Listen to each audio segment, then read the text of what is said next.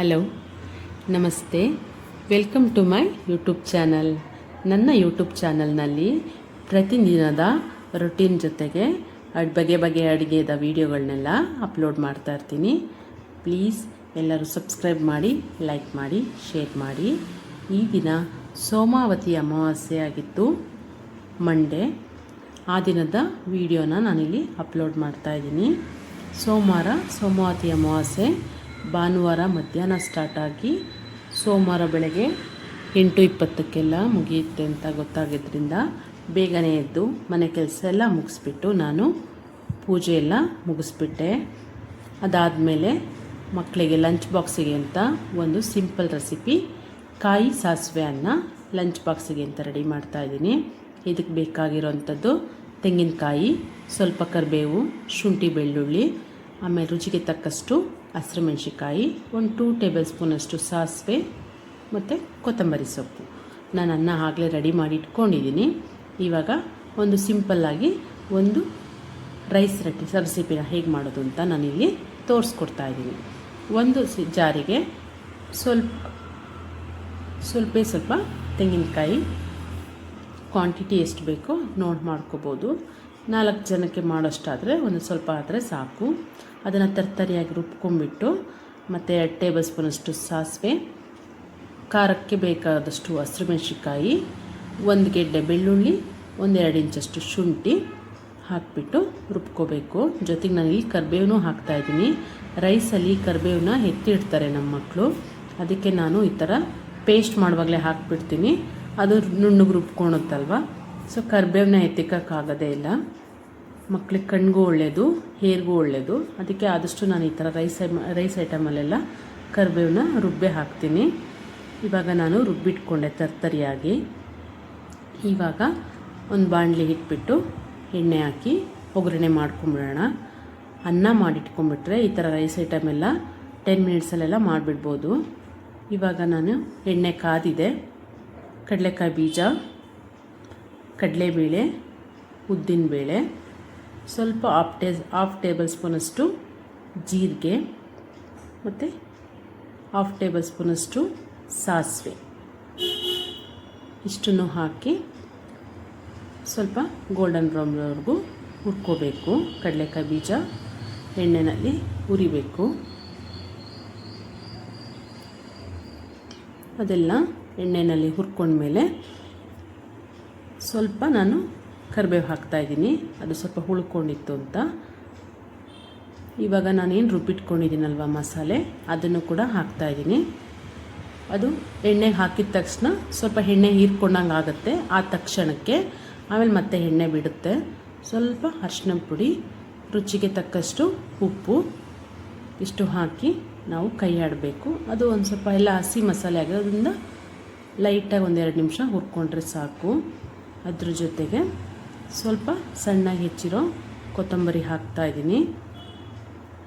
ನೋಡಿ, ಎಣ್ಣೆ ಎಲ್ಲ ಬಿಟ್ಕೊತಾ ಇದೆ, ಸ್ವಲ್ಪ ಹಂಗೆ ಅನಿಸುತ್ತಷ್ಟೇ, ಆಮೇಲೆ ಎಣ್ಣೆ ಎಲ್ಲ ಬಿಟ್ಕೊಂಡ್ಬಿಡುತ್ತೆ. ಇವಾಗ ಕೊತ್ತಂಬರಿ ಹಾಕ್ತಾಯಿದ್ದೀನಿ. ತುಂಬಾ ಈಸಿಯಾಗಿ ಸಿಂಪಲ್ಲಾಗಿ ಮಾಡುವಂಥ ಕಾಯಿ ಸಾಸಿವೆ ಅನ್ನ, ರುಚಿ ಅಂತೂ ತುಂಬಾ ಚೆನ್ನಾಗಿರುತ್ತೆ. ಇವಾಗ ಲಂಚ್ ಬಾಕ್ಸಿಗೆ ಅಂದರೆ ರೈಸ್ ಐಟಮೇ ಜಾಸ್ತಿ ಇಷ್ಟಪಡ್ತಾರೆ ನಮ್ಮ ಮಕ್ಕಳು. ಅದಕ್ಕೆ ಅಂತಲೇ ನಾನು ಸ್ವಲ್ಪ ರೈಸ್ ಐಟಮ್ಗಳನ್ನೇ ಜಾಸ್ತಿ ಮಾಡ್ತೀನಿ.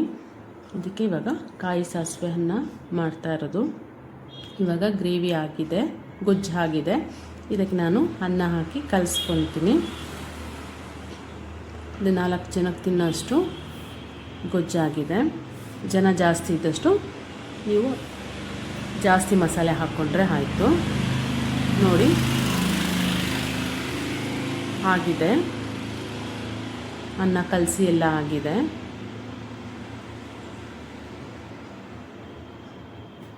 ಅದು ನೀಟಾಗೆಲ್ಲ ಹೊಂದ್ಕೊಳಂಗೆ ನೀಟಾಗಿ ಕಲಿಸ್ಬಿಟ್ರೆ ಆಯಿತು. ಇವಾಗ ಕಾಯಿ ಸಾಸಿವೆ ಅನ್ನ ರೆಡಿಯಾಗಿದೆ ಲಂಚ್ಗೆ ಅಂತ. ಶಾರ್ಟ್ ಬ್ರೇಕಿಗೆ ಅಂತ ನನ್ನ ಮಕ್ಕಳಿಗೆ ನಾನು ಪಪ್ಪಾಯನ ಕಟ್ ಮಾಡ್ತಾಯಿದ್ದೀನಿ. ದಿನ ಒಂದೊಂದು ಫ್ರೂಟ್ ಹಾಕಿ ಕಳಿಸ್ತೀನಿ. ಡ್ರೈ ಫ್ರೂಟ್ಸ್ ಜೊತೆಗೆ ಒಂದೊಂದು ಫ್ರೂಟ್ಸ್ಗಳನ್ನ ಹಾಕಿ ಕಳಿಸ್ಬಿಡ್ತೀನಿ. ಇವತ್ತು ಪಪ್ಪಾಯ ಬೇಕು ಅಂದ್ಲು ನನ್ನ ಮಗಳು, ಅದಕ್ಕೆ ಪಪ್ಪಾಯನ ಸಣ್ಣದಾಗಿ ಕಟ್ ಮಾಡಿ ಹಾಕ್ತೀನಿ. ನೀವಿನ್ನೂ ನನ್ನ ಯೂಟ್ಯೂಬ್ ಚಾನಲ್ನ ಸಬ್ಸ್ಕ್ರೈಬ್ ಮಾಡ್ದೇ ನೋಡ್ತಾ ಇದ್ದರೆ ಪ್ಲೀಸ್ ಸಬ್ಸ್ಕ್ರೈಬ್ ಮಾಡಿ, ಲೈಕ್ ಮಾಡಿ, ಶೇರ್ ಮಾಡಿ. ನಾನು ಇನ್ನಷ್ಟು ವೀಡಿಯೋಗಳಿಗೆ ನಿಮ್ಮ ಸಪೋರ್ಟ್ ಇರಲಿ.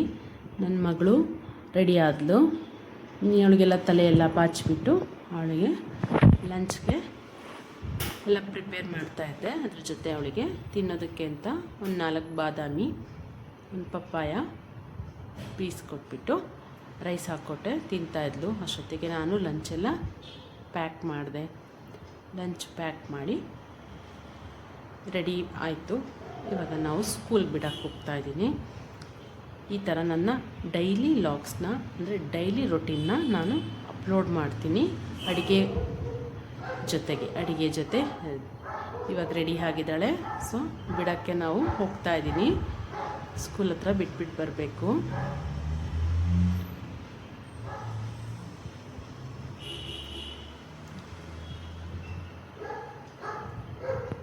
ಬೇಗ ಹೋಗೋಣ ನಡಿಯಮ್ಮ, ಟೈಮ್ ಆಯಿತು ಅಂತ ಹೋಗ್ತಾ ಇದ್ದಾಳೆ.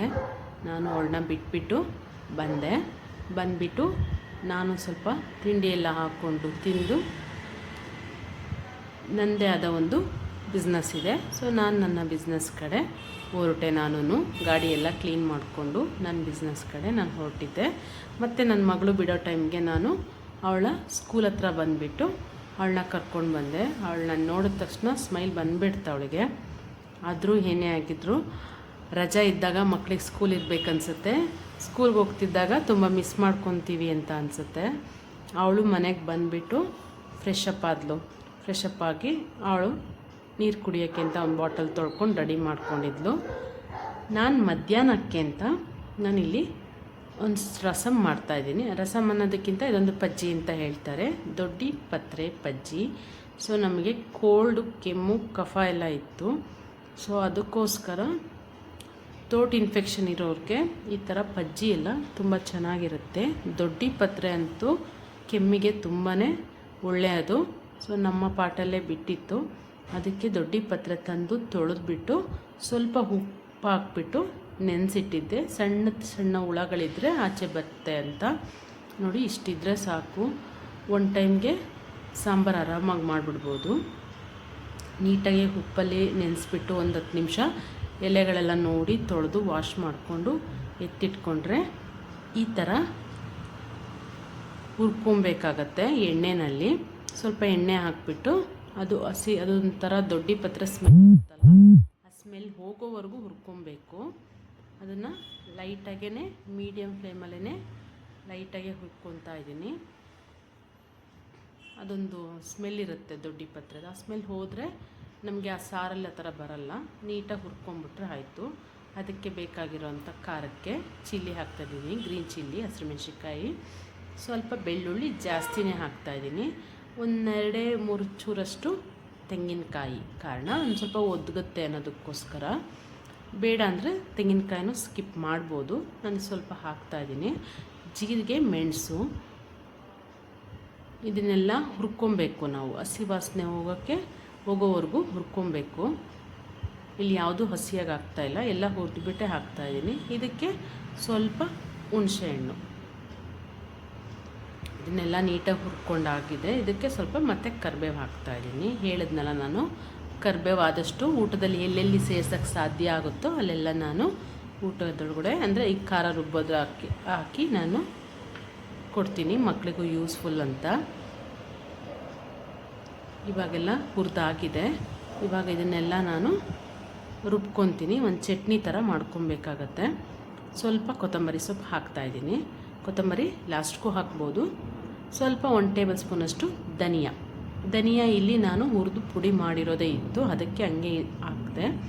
ಅಕಸ್ಮಾತ್ ಹಸಿ ಧನಿಯಾ ಕಾಳಿದ್ದರೆ ನೀವು, ಅಂದರೆ ನಾರ್ಮಲ್ ಒಣಗಿರೋ ಧನಿಯಾ ಕಾಳು ಏನಿತ್ತು ಇದ್ದರೆ ಅದನ್ನು ಹುರಿಯುವಾಗಲೇ 1 ಟೇಬಲ್ ಸ್ಪೂನಷ್ಟು ಹಾಕ್ಬಿಡ್ಬೋದು. ನಾನಿಲ್ಲಿ ಪೌಡರ್ ಇದ್ದರಿಂದ ಹಾಗೆ ಡೈರೆಕ್ಟಾಗಿ ಲಾಸ್ಟ್ಗೆ ಹಾಕಿದೆ. ಇವಾಗ ನೋಡಿ, ಅದನ್ನೆಲ್ಲ ನಾನು ಒಂದು ಪೇಸ್ಟ್ ಥರ ಮಾಡ್ಕೊಂಡಿದ್ದೀನಿ. ಚಟ್ನಿ ಥರ ಮಾಡ್ಕೊಂಡಿದ್ರೆ ಸಾಕು. ಇದನ್ನು ಚಟ್ನಿ ಹಾಗೂ ತಿನ್ಬೋದು. ಇದೇ ಥರ ಗಟ್ಟಿಗೆ ಮಾಡಿ ಒಂದು ಒಗ್ಗರಣೆ ಕೊಟ್ಟು ನಾನಿಲ್ಲಿ ಸ್ವಲ್ಪ ಅನ್ನಕ್ಕೆ ಆಗೋ ಥರ ಸಾಂಬಾರು ಮಾಡ್ತಾಯಿದ್ದೀನಿ. ಇದು ಒಂದು ಕೆಮ್ಮಿದ್ರೂ ಇದಾಗುತ್ತೆ. ಬಾಣತಿರಿಗೆಲ್ಲ ಕೊಡ್ತಾರೆ, ತುಂಬಾ ಚೆನ್ನಾಗಿರುತ್ತೆ ಬಜ್ಜಿ. ಬಾಯಿ ಕೆಟ್ಟಿದ್ದಾಗಲಂತೂ ಜ್ವರ ಗಿರ ಬಂದಾಗಲೂ ಅಷ್ಟೇ ಈ ಬಜ್ಜಿ ಮಾಡ್ಕೊಂಡು ತಿಂದು ನೋಡಿ, ತುಂಬಾ ರುಚಿಯಾಗಿರುತ್ತೆ. ಹೆಲ್ದಿ ಕೂಡ. ಯಾವುದೇ ಥ್ರೋಟ್ ಇನ್ಫೆಕ್ಷನ್ ಇದ್ದರೂ ಅದು ಕಡಿಮೆ ಮಾಡುತ್ತೆ. ಈಗ ಒಗ್ಗರಣೆ ಮಾಡ್ತಾಯಿದ್ದೀನಿ. ಒಂದು ಬಾಣಲೆಗೆ ಎಣ್ಣೆ ಇಟ್ಬಿಟ್ಟು ಸಾಸಿವೆ, ಸ್ವಲ್ಪ ಕರಿಬೇವು ಹಾಕಿ, ಬೇಕಂದರೆ ಬೆಳ್ಳುಳ್ಳಿನೂ ಗೆಜ್ಜೆ ಹಾಕ್ಬೋದು. ನಾನು ಇಲ್ಲಿ ಗೆಜ್ಜೆ ಹಾಕಲಿಲ್ಲ, ಯಾಕೆಂದರೆ ರುಬ್ಬೋಗಲೇ ಜಾಸ್ತಿ ಹಾಕಿದ್ದೆ. ಸೊ ಇವಾಗ ಒಗ್ಗರಣೆಗೆ ಖಾರ, ನಾವೇನು ರುಬ್ಕೊಂಡಿದ್ದೀವಿ ಆ ಖಾರ ಹಾಕಿ, ಸ್ವಲ್ಪ ಅರಿಶಿಣ ಪುಡಿ ಹಾಕಿ ಅದನ್ನು ಒಂದು ಕುದಿಸ್ಕೊಬೇಕು. ತುಂಬ ಏನು ಕುದಿಯೋದು ಬೇಕಾಗಲ್ಲ, ಯಾಕೆಂದರೆ ನಾವೆಲ್ಲ ಮಸಾಲೆನ ಹುರಿದು ಹಾಕಿರೋದ್ರಿಂದ ಕುದಿಯೋವಂಥದ್ದೇನಿಲ್ಲ. ಒಂದು ಕುದ್ರೆ ಸಾಕು. ಇದು ಆಫ್ ಮಾಡಿಬಿಟ್ಟು ನಾನಿಲ್ಲಿ ಲಾಸ್ಟಿಗೆ ಏನು ಮಾಡ್ತಾಯಿದ್ದೀನಿ ಅಂದರೆ, ಇದು ಆಪ್ಷನಲ್, ನನಗೆ ಇಷ್ಟ. ಇದು ಲಾಸ್ಟಿಗೆ ಅದನ್ನು ಆಫ್ ಮಾಡಿ ಕಾದಿರೋ ಹಾಲನ್ನ ಒಂದು ಅರ್ಧ ಗ್ಲಾಸಷ್ಟು ಹಾಕ್ತಾಯಿದ್ದೀನಿ. ಅಂದರೆ ರುಚಿ ಇನ್ನೂ ತುಂಬ ಚೆನ್ನಾಗಿರುತ್ತೆ. ಕೆಲವೊಂದು ಊರುಗಳಲ್ಲೆಲ್ಲ ಈ ಥರ ಹಾಲು ಬಿಟ್ಟು ಮಾಡ್ತಾರೆ ಅಂತ, ನಾ ಹೀಗೆ ಮಾಡ್ಕೊಂಡು ತಿನ್ನೋದ್ರಿಂದ ಹಾಲು ಬಿಡ್ತಾಯಿದ್ದೀನಿ. ಹಾಲು ಬೇಡ ಅಂದರೆ ಸ್ಕಿಪ್ ಮಾಡಿ ಅನ್ನೋದ ಜೊತೆ ತಿಂದರೆ ರುಚಿಯಾಗಿರುತ್ತೆ. ಇವಾಗ ನಾನು ನನ್ನ ಮಗಳಿಗೆ ಸರ್ವ್ ಮಾಡಿಕೊಡ್ತಾಯಿದ್ದೀನಿ. ನಾನು ಈ ಸಾಂಬಾರು ಮಾಡ್ತಾ ಇರ್ತೀನಲ್ವ, ಸೊ ಅವಳಿಗಿಷ್ಟ. ಅದಕ್ಕೆ ತಿಂದ್ಬಿಟ್ಟು ಚೆನ್ನಾಗಿದೆ ಅಮ್ಮ ಅಂತ ಸ್ವಲ್ಪ ಹೊತ್ತು ಟಿ ವಿ ನೋಡಿಕೊಂಡು ಊಟ ಮಾಡಿದ್ಲು. ಅದಾದಮೇಲೆ ಅವಳದು ಇನ್ನೊಂದು ರೊಟೀನ್ ಅಂದರೆ ಡ್ಯಾನ್ಸ್ ಕ್ಲಾಸ್ ಇದೆ. ಡ್ಯಾನ್ಸ್ ಕ್ಲಾಸ್ಗೆ ಹೋಗ್ಬಿಟ್ಟು ಬಂದು ಆಮೇಲೆ ಟ್ಯೂಷನಿಗೆ ಹೋದ್ದು. ಟ್ಯೂಷನ್ಗೆಲ್ಲ ಕಳಿಸ್ಬಿಟ್ಟು ನಾನು ನನ್ನದೇ ಆದ ಕೆಲಸಕ್ಕೆ ಅಂತ ನಾನು ಹೊರಟೆ. Thank you for watching.